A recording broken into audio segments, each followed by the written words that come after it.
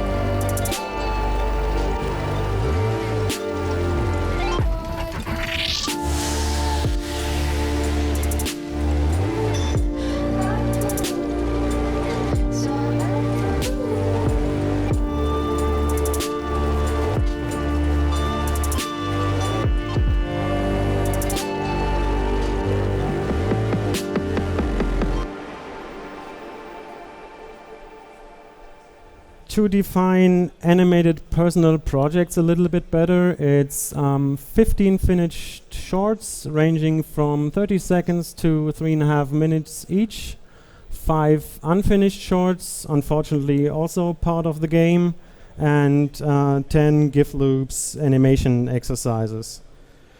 Every project involves at least one unique character, modeled, rigged and animated exclusively for that project. Why 5 years? I jumped on the C4D wagon when R15 came out, so still a noob, I guess.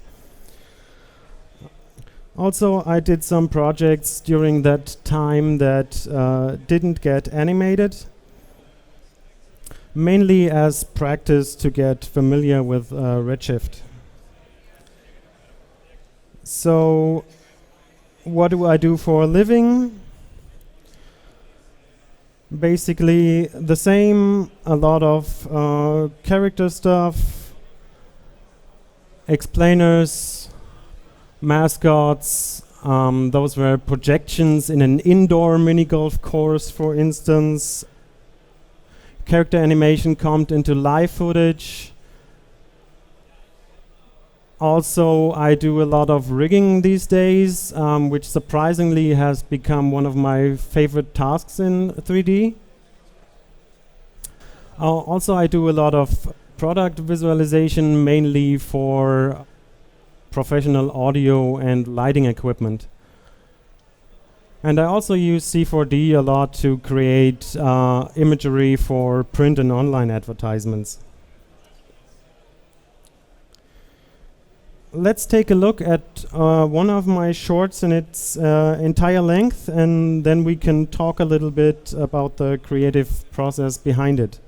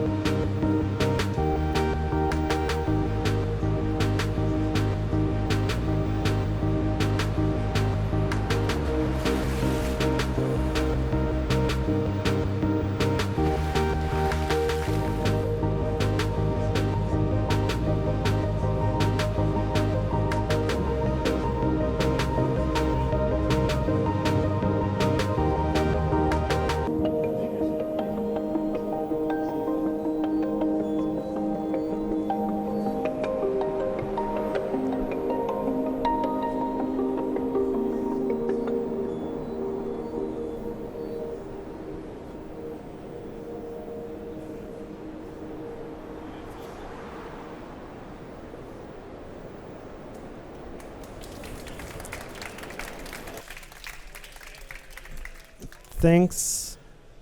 Production time for this one was only 2 weeks in total, from the first character designs to final compositing.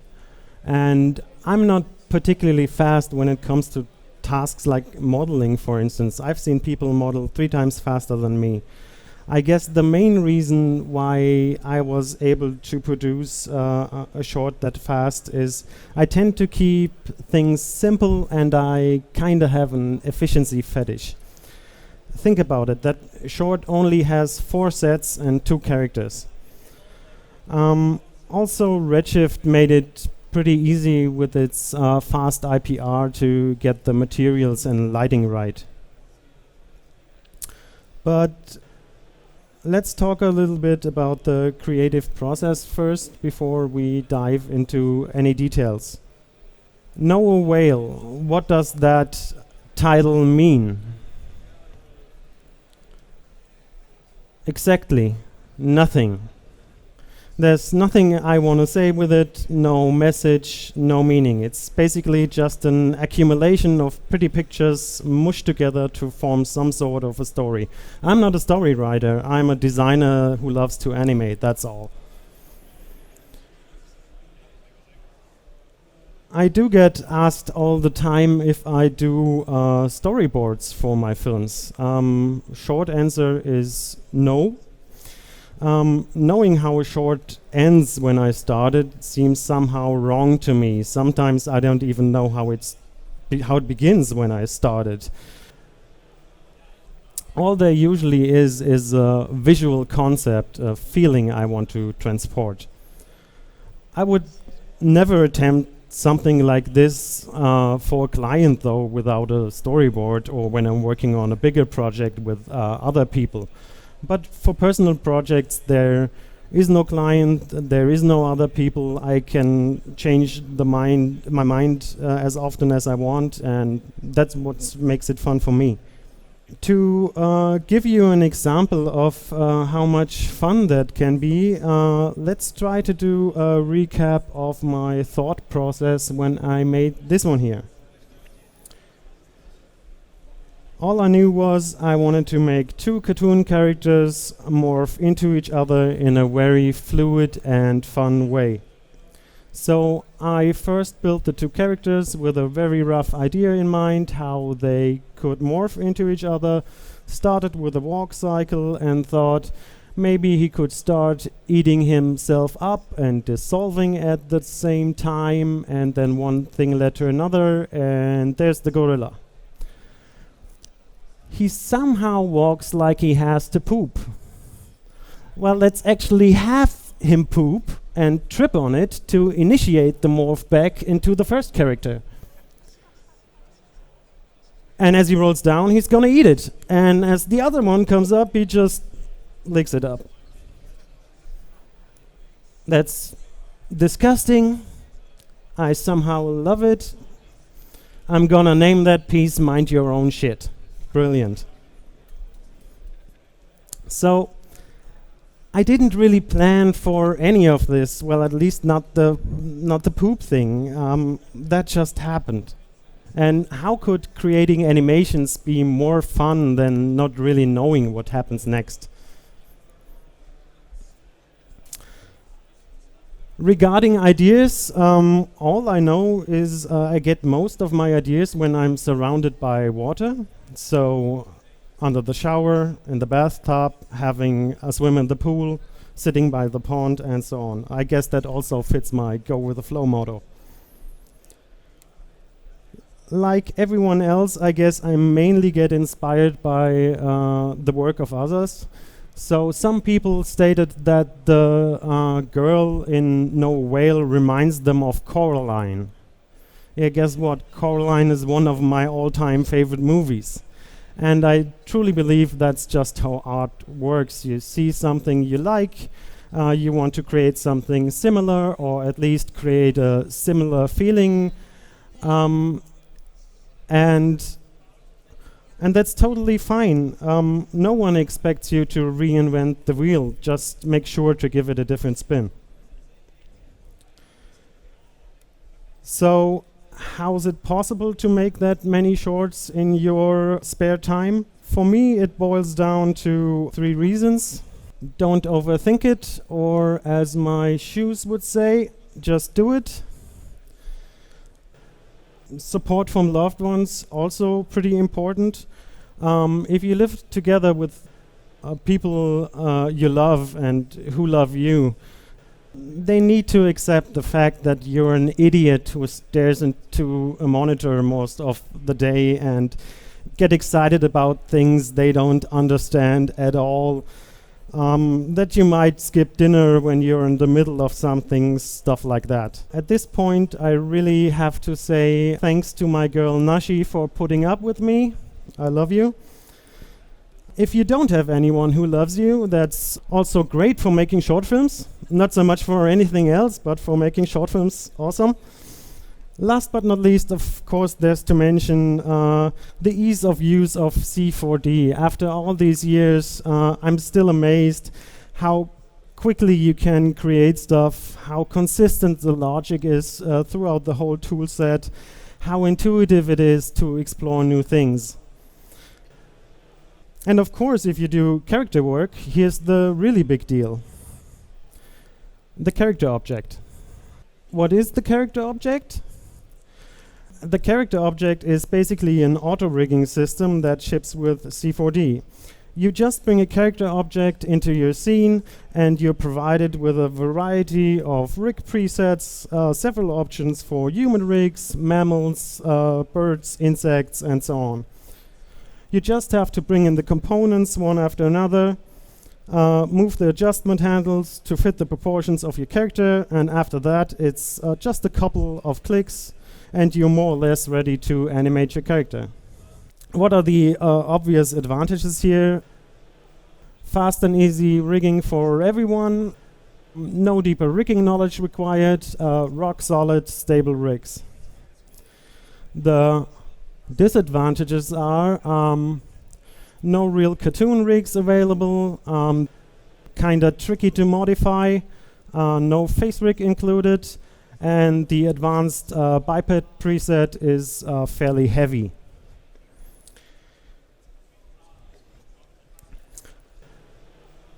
Here's a character rigged with the advanced biped preset, and as you can see, none of the controllers let you scale the elements.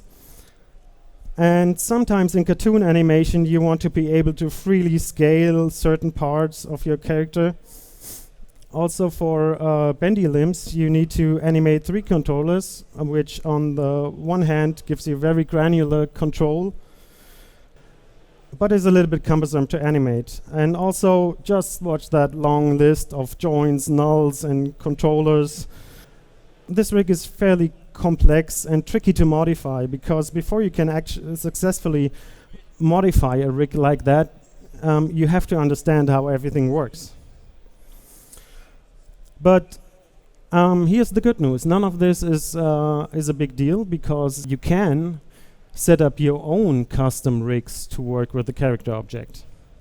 I made my own character object preset, and I set the rig up so I can freely scale any part of the rig, and the controls are still working as expected. Also, for the bends, I now only have to animate one controller instead of 3. And if we scroll down the object manager, you can see that the rig is much lighter. Might still seem complex, but it's really only about half the amount of objects compared to the advanced biped. And you might think now, well, but I'm just an artist and I can't create my own rig from scratch. Well, I'm also just an artist, and I don't consider myself a technical person at all. I suck at math, I suck at espresso, I can't write a single line of code. And yet I was able to create my own rig. I just went to the Cineversity website, watched all the tutorials on character rigging, and started replicating what I had learned from those tutorials. Experimented a little how I can make things slightly different here and there to fit my needs better.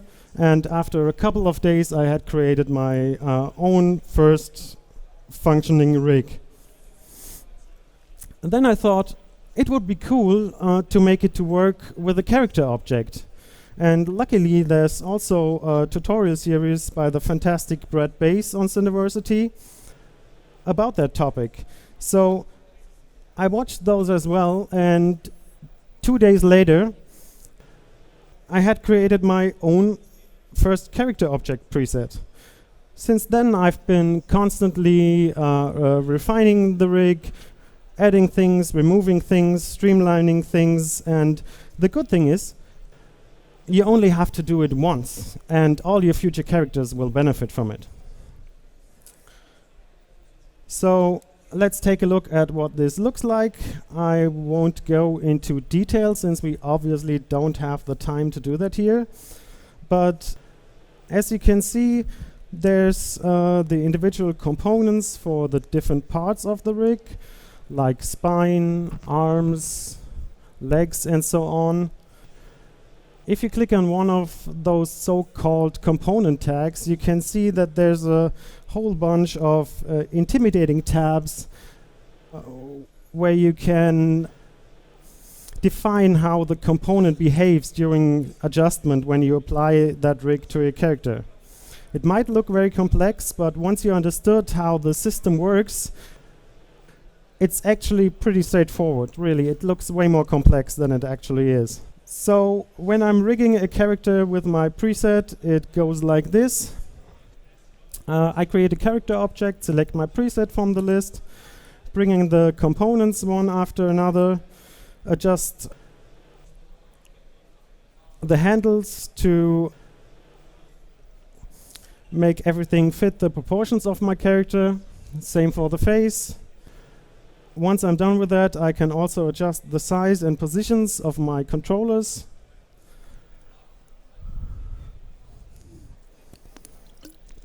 And then I can take my meshes and drag them into the binding list. And thanks to the no auto weights in R21, I have a character that's more or less ready to animate.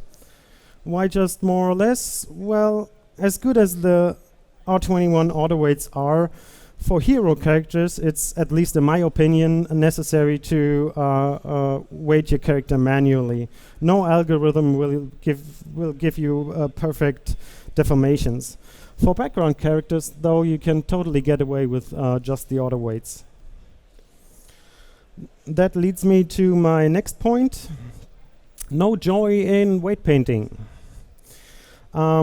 Most people seem to really hate weight painting, but to me, weight painting a character is the most soothing and relaxing task I could ever imagine. I often accompany it with a bottle of good wine, sit on the balcony, and just weight paint for an hour or two. Other people like to puzzle or play a game of Sudoku to take their mind off things. I like to weight paint.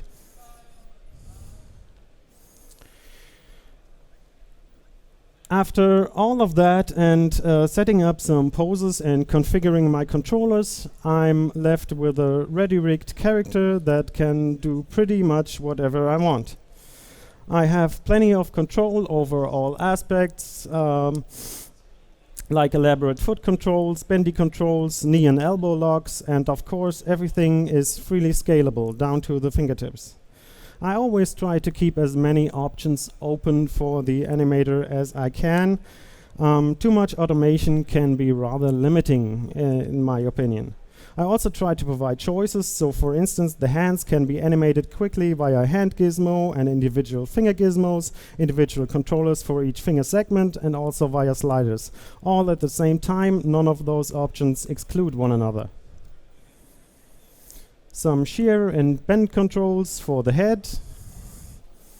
Squash and stretch. For the face, the animators can use the HUD controllers with predefined poses for eyebrows, mouth, tongue, and so on. But they can also fine-tune these poses with the face controllers or just use them exclusively to make their poses. Separate upper head control. Different kinds of jaw controls. I also added some fancy stuff like sticky lips and jaw collision.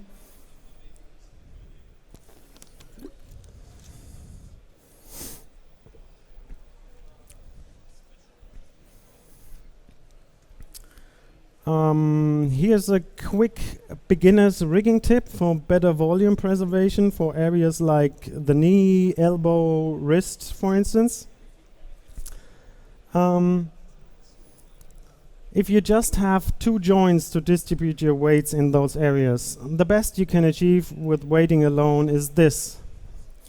Notice how much volume we lose when we rotate the lower joint. The numbers on the left indicate the weighting, by the way. Now, watch what happens with the mesh on the right. Much better, isn't it? All there is one extra joint right where the knee is located that shares rotational values between the upper and lower joint. So that knee is constrained to the position of the shin joint and averages its rotation between the thigh and the shin. This results in much better volume preservation and can be set up in a couple of seconds. Quick example of a cartoony animation with that rig. Off to the next topic. So, back to the no whale short. Let's take a look at a couple of scene files. Let me show you the setup for the clay material first. Let's fire up the Redshift node graph and take a look. For the diffuse channel, I just have a texture with plain colors for skin and hairline. On top of that, I have a subtle fresnel to give it some soft edge lighting all around. The part that has the most significant influence on the look is the displacement, though. Let's isolate those layers one by one to understand better what the individual layers do. As a base, I have a subtle large noise. Layer 1 is a smudge texture with some dents and dirt. Layer 2 is a different smudge texture with some fingerprints and scratches. Layer 3 is a smaller scaled noise, and layer 4 is also a noise, just with a different scale and different seed. Everything together looks like this. A bit hard to identify the individual layers, it's all very subtle, but as a displacement it gets more obvious. If we let that resolve for a couple of seconds, we can actually see the fine details like fingerprints and so on. Also, I added a little subsurface scattering to give the clay a slightly waxy feel.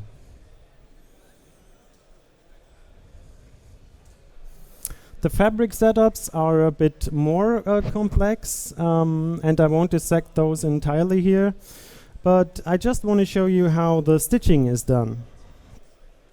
For the general fabric, I just used a texture set I bought online with textures for diffuse, roughness, height, and so on.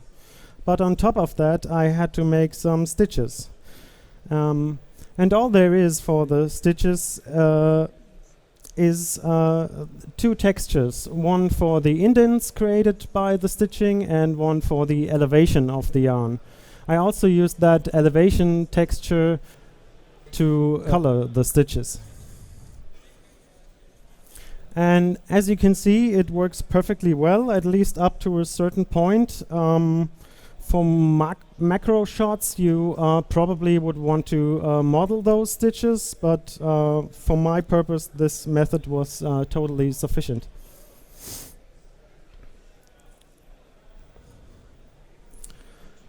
The coral reef structure itself I modeled with X Particles, a fantastic particle and fluid simulation plugin for cinema.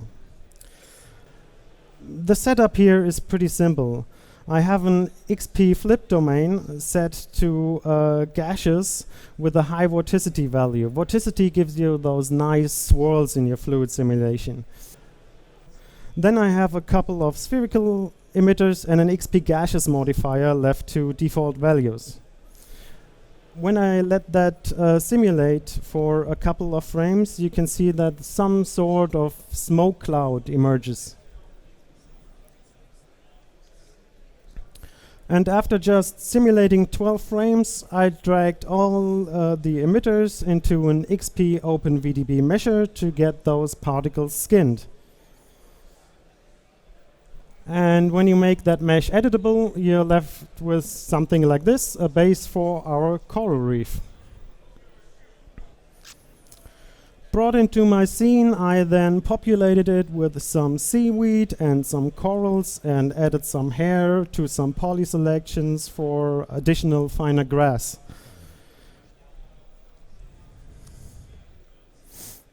For the corals, I used a rather simple setup. It's just a most-line object in turtle mode, which gives you those tree-like branching structures.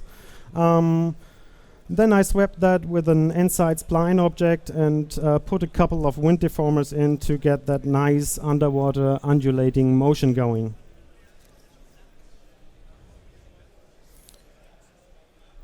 For the underwater caustics, I just animated a couple of Cinema 4D's superb noises, layered them on top of each other, added some adjustments in contrast and colorized it. Then I put that on a flat plane and rendered it out as an image sequence.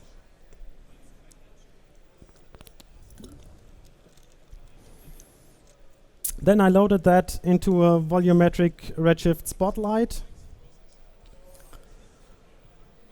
And there we go, beautiful underwater caustics.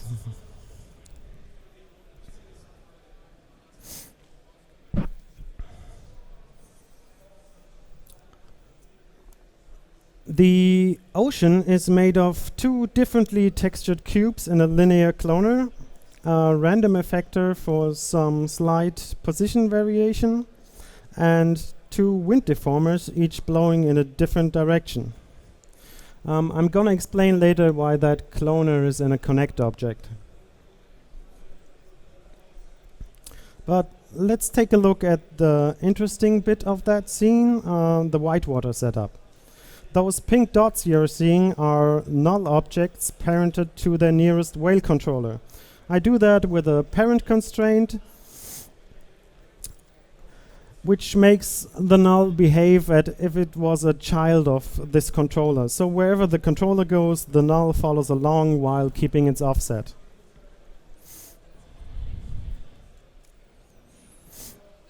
I then put all those nulls in a tracer.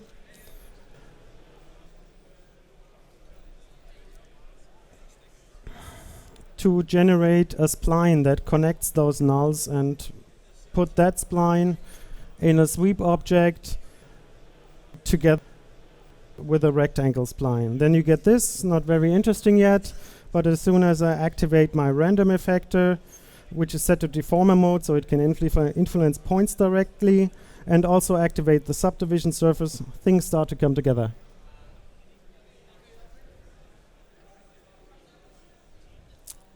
For the white water at the tail, I did things slightly different. Here it's just three straight splines with a wind deformer, each at a slightly different speed and scale. All of that just put into a good old metaball object with a smoothing deformer on top of it to get those tapered wispy ends. I use that technique a lot whenever I need cartoony fluid stuff and need precise control over its behavior. Now let's turn on the ocean again. Notice how everything just floats above the ocean surface. Of course, we want that to conform perfectly to our wavy ocean surface. So how can we achieve that? Well, there's this one guy called Nitroman who makes really awesome plugins for Cinema 4D. A lot of them are even free. Like this one called Magic Projector. What Magic Projector does, it lets you define an object to which the object you apply it to gets projected on. And in our case, we want the ocean to be our target. And by the way, that's the reason why we need our cloner in a connect, so the deformer can look at it as one single object. And our white water conforms perfectly to our ocean surface.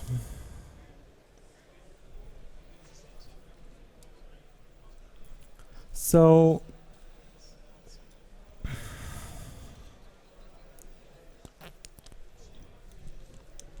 here's a final render of that scene again. The main reason why I was able to make this short in only 2 weeks was because I kept things simple. I only had to make an ocean, a dock and a boat, a coral reef and an underwater lighting setup, and only 2 characters. In the past I've made more complex shorts with lots and lots of different settings that took me like half a year to complete, but I discovered that I have way more fun doing shorts that can be completed in under a month. I just don't always have the patience and stamina to work on a personal project for that long.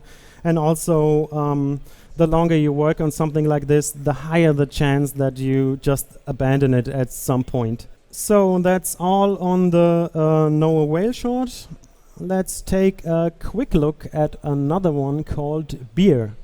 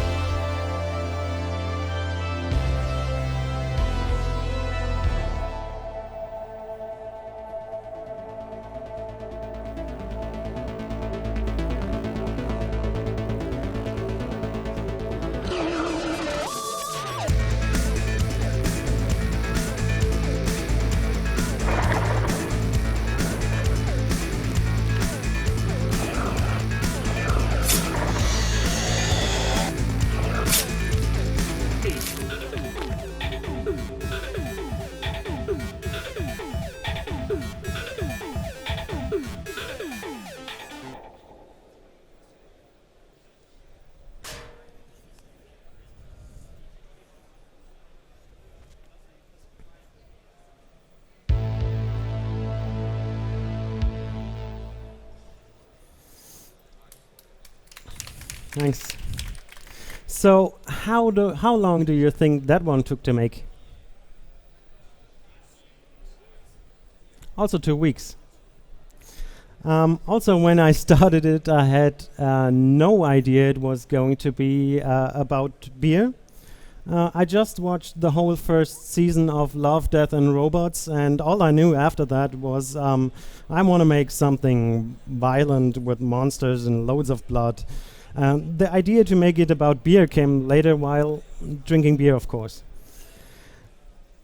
So some people asked me, what does this short actually mean? Is beer good for you? Is it bad? Is it the same monster in the end? Is it a different one? If I had to pick a meaning, it would be this: the inclination of self-destruction of intelligent species. So think of it as the monster representing humanity, and the human playing the role of nature. So humanity is chasing nature. Nature trips over the pollution caused by the humans, finally gets cornered and sees no other way than to use the pollution caused by the humans to kill it. And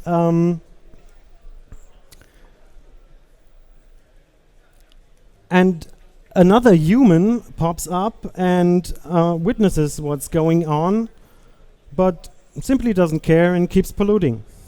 Sound familiar? But in the end, I guess it's just like with modern art. You throw a few paint splatters onto a canvas, afterwards you interpret a meaning to it, then you hang it in the gallery and let the viewers take a guess. So let's take a look at some of the scenes in that short. Topics are scene management, keep it simple, power of deformer for specific looks, and special effects. Okay, notice how bad the viewport performance is when I play that scene back. We only get 2.6 frames per second. I have to add that the screen recording software eats up 2 frames per second in addition, so without screen capturing it would be a little bit faster than that. But there's stuff you can do to speed things up significantly. Cinema 4D has this awesome layer system where you can sort stuff into layers and define certain things for all those layers at once. For instance, I have layers here for the scene elements, the buildings, the fence. As soon as I start deactivating generators for those layers, you can see that the performance gets better, even more significantly when I deactivate deformers. Now we are at 12 FPS, well actually 14, which is real time in this situation since I'm animating at 12 FPS anyways. I could even get close to 24 FPS with 2 characters if I optimize that scene a little more, but what's the point if I only need 12? Also, I can lock those layers, which makes it pretty easy for me to select the controllers of my characters without having to worry about accidentally selecting other elements in the scene. Also, for better scene management, I like to use the stage object, which lets you quickly cycle through different cameras, much more convenient and easier to handle than animating the position and orientation of one single camera.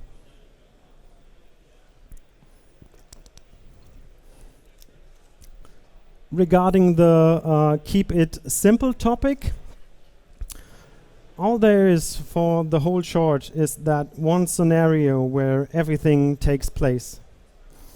Just a back alley, the dumpster, some trash cans, pallets, bottles, and a fence. That's all I had to create, and I didn't even model everything by myself.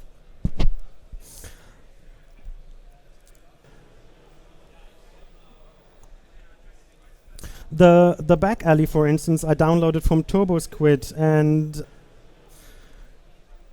the model was a mess, all awfully triangulated, unbeveled, disconnected faces. Usually that's a bad thing, but in this particular case, it was actually a blessing in disguise.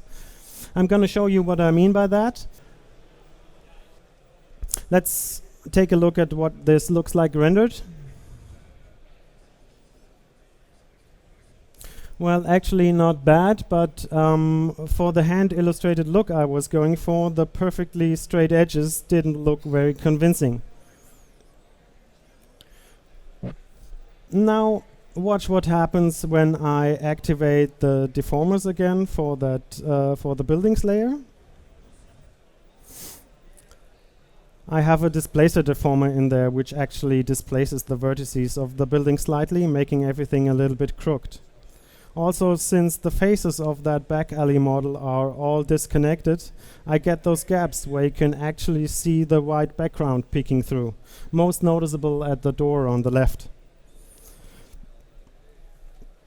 Those gaps actually look like messy highlight strokes here and there and really help to sell the look, I think. Sometimes it's the simple things that give your look the final touch.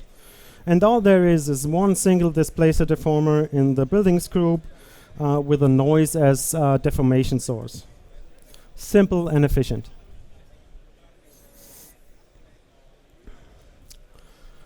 For the wound on the monster's belly, I used the most simple setup I could think of.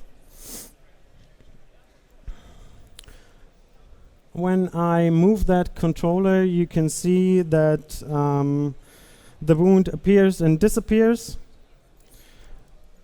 And all there is the wound mesh together with a big fat cube in a bool object. So wherever the cube and the wound overlap, the wound gets hidden. The wound and the cube are just both bound to the spine joints, so they conform to the body. For the blood, I just animated everything frame by frame in After Effects. Only at the end where he kills the monster, there's a little bit of X particles involved, but there's still hand-drawn animation on top of it. I often use frame-by-frame animation techniques for stuff like this, just because it's usually faster and more accurate. Of course, only if the project has rather flat cartoon shading. For No Whale, for instance, I had to do those effects with particles and splines and metaballs and so on, since I obviously needed them to be properly textured.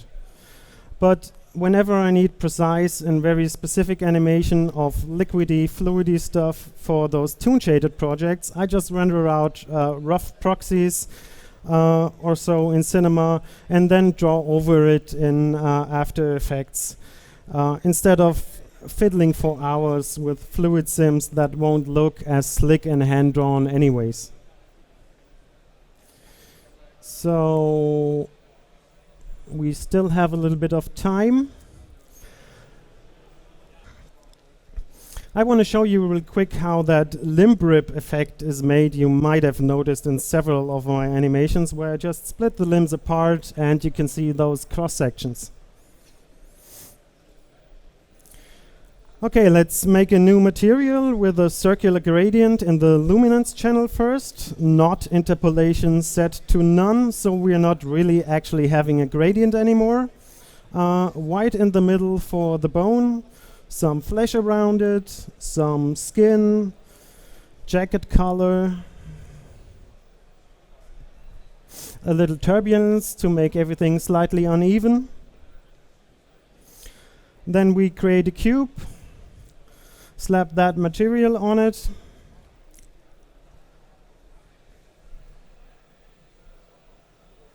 And create a constraint track for the cube. And the target is going to be the elbow controller. So now wherever the elbow controller goes, the cube will follow.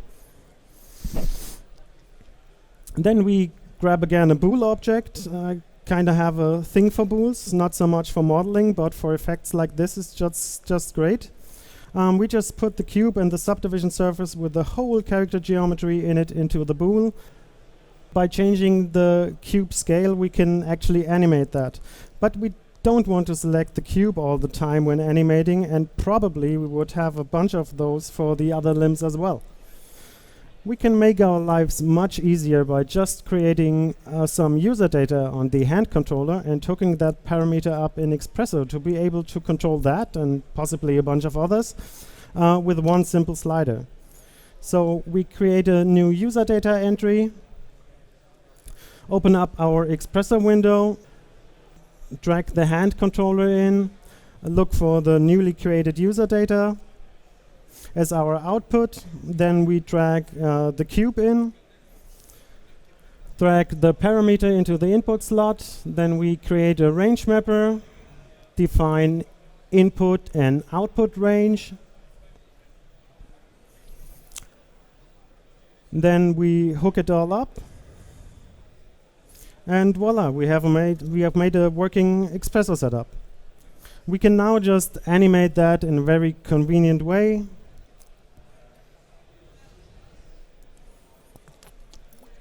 Set some keyframes. Drag the slider. Done. No, he doesn't like it. That's it. Follow me on Twitter, Vimeo, Facebook, and the likes if you want. Thanks for watching.